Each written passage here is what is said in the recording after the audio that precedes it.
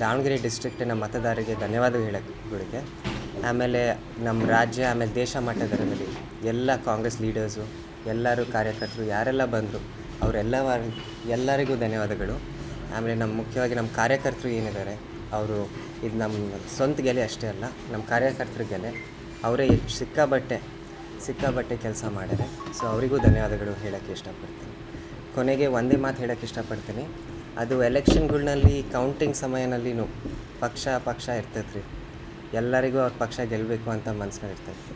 ಆದರೆ ಒಬ್ಬರು ಗೆದ್ದ ಮೇಲೆ ಅವ್ರದ್ದು ಧರ್ಮ ಎಲ್ಲರನ್ನ ಒಗ್ಗಟ್ಟಾಗೆ ಹಿಡ್ಕೊಂಡು ಮುಂದೆ ಹೋಗೋದು, ಅಭಿವೃದ್ಧಿ ಕೆಲಸಗಳು ಮಾಡೋದು.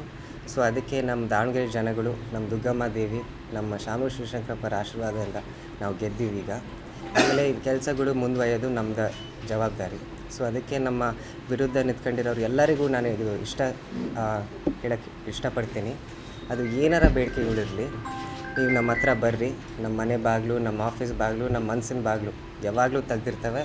ಯಾಕಂದರೆ ನಂದು ಜನಗಳ ಜೊತೆ ಸ್ನೇಹದ ಸಂಬಂಧ, ಅವ್ರ ಜೊತೆನೂ ಆ ಸ್ನೇಹದ ಸಂಬಂಧನ ಬೆಳೆಸೋಕ್ಕೆ ಇಷ್ಟಪಡ್ತೀನಿ. ಅಂತಾರೆ ಈ ಮೊಮ್ಮಕ್ಕಳಿಗೆ ಅಜ್ಜಾಜಿ ಗುಣಗಳು ಭಾಳ ಬರ್ತವೆ ಅಂತ. ಸೊ ಹಂಗೆ ನಮ್ಮ ಅಜ್ಜರಂಗೆ ಅಜಾತಶತ್ರು ನಾವು. ಸೊ ಏನಾರ ಇದ್ದರೆ ದಯವಿಟ್ಟು ನಾಚ್ಕೋಬೇಡ್ರಿ, ಹೆದರ್ಕೋಬೇಡ್ರಿ, ನಮ್ಮ ಹತ್ರ ಬರ್ರಿ, ನಾವು ಈ ಕೆಲಸಗಳು ಮುಂದುವರಿಯೋಣ ಅಂತ ಹೇಳಿ ನಾನು ಮಾತು ಮುಗಿಸ್ತೀನಿ. 24/7 ನಿದ್ದೆ ಮಾಡೋದು ಬೇಕಿಲ್ಲ. ಇಲ್ಲ 24/7 ನಾವು ಸಿಗ್ತೀವಿ ರೀ, ಸಿಗ್ತೀವಿ. Definitely sir. ಈಗ ನೀವು ನೋಡಿದ್ರಿ ಡೆವಲಪ್ಮೆಂಟ್ ಅಂದಾಗ ನೀವೆಲ್ಲರೂ ಪ್ರೆಸ್ ಅವರು ಯಾವ್ದಾರ ಸರ್ಕಲ್ ಹಿಡಿದಾಗ 101 ಜನಕ್ಕೆ ಕೇಳಿದ್ರೆ 108 ಸಮಸ್ಯೆಗಳು ಬರ್ತವೆ. ಸೊ ಅದಕ್ಕೆ ಜನಸಂಪರ್ಕ ಎಲ್ಲಕ್ಕಿಂತ ಮುಖ್ಯ. ನಿಮಗೂ ಗೊತ್ತಂಗೆ ಅಜ್ಜಾರಂಗೆ ಜನಸಂಪರ್ಕ ಇಟ್ಕೊಳ್ಳೋದು ಮುಖ್ಯ. ಈಗ ಡೆವಲಪ್ಮೆಂಟ್ ಬಗ್ಗೆ ಏನು ಮಾತಾಡಬೇಕಂದ್ರೆ, ಈಗ SS ಮಲ್ಲಿಕಾರ್ಜುನ್ ಸಾಹೇಬ್ರು ಇದು ವಿಮೆನ್ಸ್ ಕಾಲೇಜ್ ಬಗ್ಗೆ ಹೇಳಿದರು ಮೊನ್ನೆ, ಅದು ಸ್ಯಾಂಕ್ಷನ್ ಆಗ್ತೈತಿ ಅಂತ.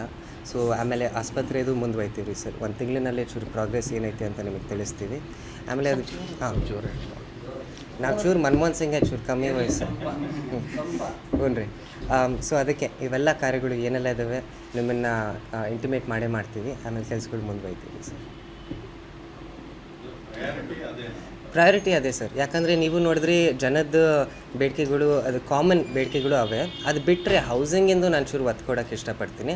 ಯಾಕಂದರೆ ನೀವು ನೋಡಿದ್ರಿ ಈ ಮಟ್ಟಿಕಲ್ನಲ್ಲಿ 150 ಮನೆ ಸ್ಲಮ್ ಬೋರ್ಡಿಂದ ಆಗ್ತಿದ್ದಾವೆ. ಅವು ಪ್ಲಾಸ್ಟಿಂಗ್ ಸ್ಟೇಜು, ಟೈಲ್ ವರ್ಕ್ ಸ್ಟೇಜ್ನಲ್ಲಿದ್ದಾವೆ. ಅದನ್ನು ಈ ವರ್ಷ ಮುಗಿತವೆ. ಸೊ ಅದೇ ಈ ಹೌಸಿಂಗಿನ ಬೇಡಿಕೆ ನೀವು ನೋಡ್ತೀರಾ, ಭಾಳ ಜನ ಬಾಡಿಗೆ ಮನೆಯಲ್ಲಿದ್ದಾರೆ, ಇಲ್ಲಾಂದರೆ ಮನೆ ಇಲ್ಲ, ಇಲ್ಲಾಂದರೆ ಹಕ್ಕುಪತ್ರದ ಸಮಸ್ಯೆಗಳು. ಪ್ರತಿ ವಾರ್ಡ್ನಲ್ಲಿ ನೀವು ನೋಡಿರ ಹಕ್ಕುಪತ್ರದ ಸಮಸ್ಯೆಗಳಿದ್ದಾವೆ. ಸೊ ಅವೆಲ್ಲ ಟ್ಯಾಕಲ್ ಮಾಡೋಣ. ಆಮೇಲೆ ಈ ಹೌಸಿಂಗಿಂದ ಏನೈತೆ ರೀ, ಇದು ಎಲ್ಲರಿಗೂ ಆಶ್ರಯ ಇರಬೇಕು. ಆಶ್ರಯದ ನೆರಳು ಏನೈತಲ್ಲ ರೀ, ಅದು ಎಲ್ಲರೂ ಅನುಭವಿಸ್ಬೇಕು. ಸೊ ಅದನ್ನು ಮುಂದುವರಿಯೋಣ ಸರ್. ಅಲ್ಲ, ಈಗ ಇಂಗ್ಲೀಷ್ನಲ್ಲಿ ಒಂದು ಗಾದೆ ಐತಲ್ರ, it takes a village to raise a child. So ಪೂರ್ತಿ ಊರೇ ನನ್ನನ್ನು ಈ ಮಟ್ಟಕ್ಕೆ ತಂದೇನೆ. ಸೊ ಎಲ್ಲರ ಗುಣಗಳು ನನ್ನಲ್ಲಿದ್ದಾವೆ ರೀ ಸರ್. ಆಮೇಲೆ ಅದೇ ಈ ಹೌಸಿಂಗ್ ಯಾಕೆ ನಾನು ಮತ್ತೆ ತರ್ತೀನಿ ಅಂದರೆ, ಇದು ಒಂದು ಈಗ ನಮ್ಮ ಇಂದ್ರಮ್ಮ ಹೇಳ್ದಂಗೆ ಕಪ್ಟ ರೋಟಿ ಮಕಾನ್. ಕಪ್ಟ ರೋಟಿ ಒಂದು ಅಂತರಕ್ಕೆ ಬಂದೈತೆ ರೀ ಸರ್ ನಮ್ಮ ದೇಶದಲ್ಲಿ. ಈ ಮಕಾನ್ ಏನೈತಲ್ಲ ರೀ ಸರ್, ಈ ಒಂದು ಪಾಸಿಬಿಲಿಟಿ ಎಲ್ಲರಿಗೂ ಇರಲೇಬೇಕು ರೀ ಸರ್. ಸೊ ಇದೇ ನಾನು ಹೇಳ್ದಂಗೆ ಈ ಆಶ್ರಯ ಯೋಜನೆ ಇರಲಿ, ಸ್ಲಮ್ ಬೋರ್ಡ್ ಯೋಜನೆ ಇರಲಿ, ಹಕ್ಕುಪತ್ರ ಇರಲಿ, ಇದರಿಂದನೇ ಮುಂದೋಗ್ಬೋದು, ಮುಂದುವರಿಯೋಣ ಸರ್.